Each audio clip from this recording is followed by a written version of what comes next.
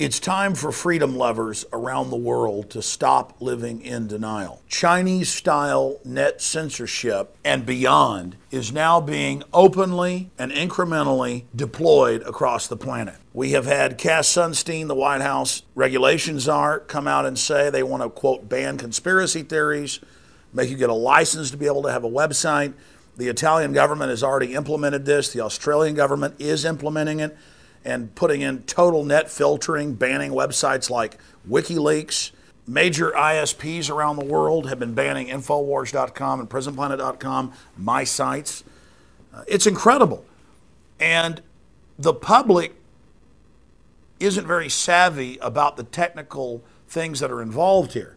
For instance, several New Zealand publications reported, and I got hundreds of emails from people in Australia and New Zealand in the last week saying that most major ISPs were blocking getting to Infowars.com and PrisonPlanet.com. And then I got emails saying, well, wait a minute, I'm in Australia or New Zealand, I can still get it. Yes, on your ISP, but some of the biggest were blocking us. And there are public statements put out by them that indeed we were blocked. But because of public outcry, we are now not blocked. The Australian government is saying they will just add to a list whoever they want, or if anyone ever complains about a site. No judge, no jury, no due process, your site is banned. Domestic sites in Australia are being banned. They're making people now register with the government to be able to have a site that criticizes politicians. This is in the news. This is happening. 2 weeks ago, Bill Gates came out and said, I support China in their censorship. Now, China mainly uses web filtering. Even more abusive and draconian in the United States, we have the head technology officer at Microsoft and others at Davos and UN meetings agreeing with the UN and saying we want all Americans, all Brits and all Canadians to have to sign in with a net ID, preferably via a biometric. They're openly proposing that this now happen. On top of that, I happen to have the cybersecurity bill that passed the House of Representatives almost overwhelming. There were just a few votes against it, and it's moving on to the Senate. And I challenge people to go read this bill for yourself. It recruits high schoolers and college students to join Homeland Security. The Pentagon admits that they now are hiring tens of thousands of bloggers to counter disinformation on American blogs. They say they may target. Now, there was an Air Force a few months ago talked about killing American journalists in country. Even the smallest IT provider will have to put in the software and government snooping hubs where everything is recorded by the government, everything's controlled. These indexes of thousands of websites that are banned have to be installed at the local ISP level, even in small towns. Under these different blacklists, we are included, Infowars.com, PrisonPlanet.com, all over the country and all over Europe and many other areas of the world. We have been sent countless screenshots of Cox Communications, Time Warner, you name it, ISPs in England. We've written articles and put links to their statements going back 4 years saying this is objectionable material. And there's really 4 ways they flag. They say porn, or they say hate, or they say gambling, or illegal activity. And they normally use hate for us. Now, even if you think what we're saying is hateful, shouldn't there be the free speech? Shouldn't you have the decision to go to Infowars.com or PrisonPlanet.com? The truth is we have some of the most banned sites worldwide because we are effective. We cover the real issues. And so it's not just universities and law enforcement centers and public schools and corporations that are now banning us.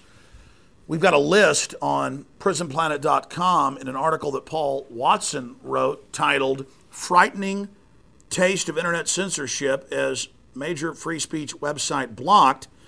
In Watson's article, we have links where major transportation hubs in the EU and in England that are supposedly free internet, that's taxpayer paid for, and Infowars.com and PrisonPlanet.com is blocked. So we have been put in these databases fraudulently to be blocked, and you shouldn't put up with it. You should complain. You should say no. You should call your ISP, tell them you're going to move on to somebody else if they continue this. Because if we allow this incremental implementation of Chinese-style net censorship, obviously it's going to hurt our society. Every time they attempt to incrementally restrict the internet and the free flow of information, we need to stand up and say no.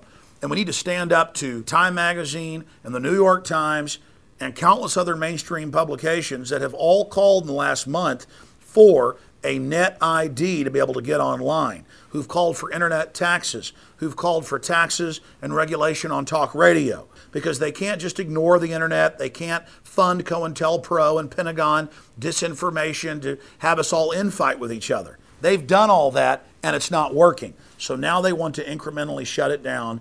They want to force things onto Internet 2, the safe internet, as the UN and a Microsoft executive said. Then you'll have the old internet, they claim. But if you really read Internet 2 consortium meeting minutes, they plan to force everybody over to the new internet, where you have a subdomain with a major carrier who can shut you down whenever they want. And then they're going to incrementally shut down the old web and use this cybersecurity legislation to restrict free speech.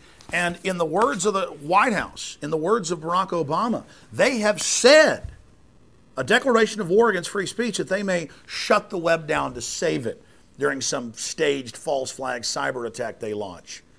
They have said that the Pentagon is going to be in control of it. They're building the giant NSA/Pentagon fortresses all over the country and forcing all the major ISPs to wire into their grid. They've built a giant separate network outside of the original internet that they're going to force everyone onto. This is happening. IT professionals everywhere are discussing it. CNET News is exposing it. Mother Jones, back in April of last year, almost a year ago, should Obama control the internet? A new bill would give President emergency authority to halt web traffic and access private data. Time Magazine pushes draconian internet licensing plan. Death of the internet. Censorship bills in UK, Australia, US aim to block undesirable websites. One of their main targets is WikiLeaks. It's being banned everywhere because it exposes government corruption. Obama information czar calls for banning free speech. And I've got his quotes here from the paper that Cass Sunstein wrote a year and a half ago. Quote, government might ban conspiracy theorizing. That's any criticism of government. That's anything outside their tiny orthodoxy. He lists saying that man-made global warming isn't real as a bannable offense. He lists saying that a little bit of sunlight is good for you is a conspiracy theory and should be banned, when all the major studies show it's good for you. He says government might impose some kind of new tax, financial or otherwise, on those who disseminate such theories. I mean, folks, this is what they're saying. This is really happening. Police want backdoor to web users' private data without warrants. CNET News under cybersecurity. This is all going on. We are being censored right now. Do you understand? It's happening. Italy, England, Canada, the US, Australia, New Zealand are all implementing this incrementally right now. Today it's the ISPs, but the ISPs are building in partnership with the government. It says private corporate partnerships where they hack up different sectors of the web and that they will be able to police and do whatever they want, recruiting giant youth squads to serve in homeland security facilities, countering disinformation, countering lies about the government. CENTCOM admits they're doing this. Stop living in denial. This is happening. What do we do about it? You call the Senate. You tell them, do not implement this draconian bill. The Senate version's even worse. Kill the Cybersecurity Act. Understand that our government's been caught staging false flag after false flag. They're constantly hyping how dangerous the internet is because they can't allow it to continue to operate because it's exposing their fraud. They have the incentive to launch a fake cybersecurity attack, just like the Gulf of Tonkin or the Reichstag, as a pretext of control. Support the free internet now while you still have it. Appreciate sites like WikiLeaks and Infowars.com and the Electronic Frontiers Foundation and what it's doing.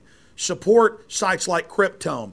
All of these sites are under attack on record. Many of them are being raided by the FBI. They don't want the people standing up against what they're doing. And they are testing the people's resolve right now. They are pushing the borders of what they can get away with. They're sending up trial balloons. Now is the time to let them know we are not going to let more oppressive laws than even communist China has installed take place here in the United States and in Europe. Out of the gates, they're proposing more oppressive systems than what China even has. And that's mainstream news. It's happening, ladies and gentlemen.